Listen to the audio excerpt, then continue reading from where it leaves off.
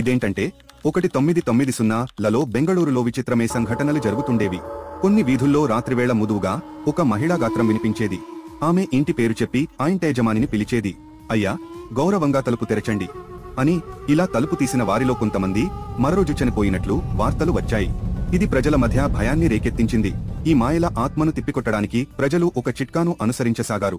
వారు తమ ఇంటి తలుపు ముందు పెద్ద అక్షరాల్లో నాడే బా, తెలుగులో రేపురా అని రాశారు. అందుకంటారు, ఆత్మ నాడేరా అని చదివి ఆ రోజు వెళ్లిపోయేది. మరుసటి రోజు వస్తే మళ్లీ అదే వాక్యం కనిపించి తిరిగి వెళ్లిపోతుంది. ఇలా ఎప్పటికీ రావడానికి అవకాశం ఉండదు. ఈ కథ ప్రజల మధ్య విస్తరించి భయానికి కారణమైంది. వాస్తవికత లేదన్నా ఊహా భయంతో అప్పట్లో చాలా మంది తలుపుల ముందు ఆ మాటలు రాయడం మొదలెట్టారు. ఈ కథ మానవ మనసులోని భయాన్ని మరియు దాన్ని ఎదుర్కొనే సృజనాత్మకతను సూచిస్తుంది. కొన్నిసార్లు భయాన్ని భద్రతగా మార్చుకోవడానికి మనం స్మార్ట్ మార్గాలను వీక్షిస్తాయి. అందుకు ఉదాహరణ ఇంకో అర్బన్ లెజెండ్ కావాలంటే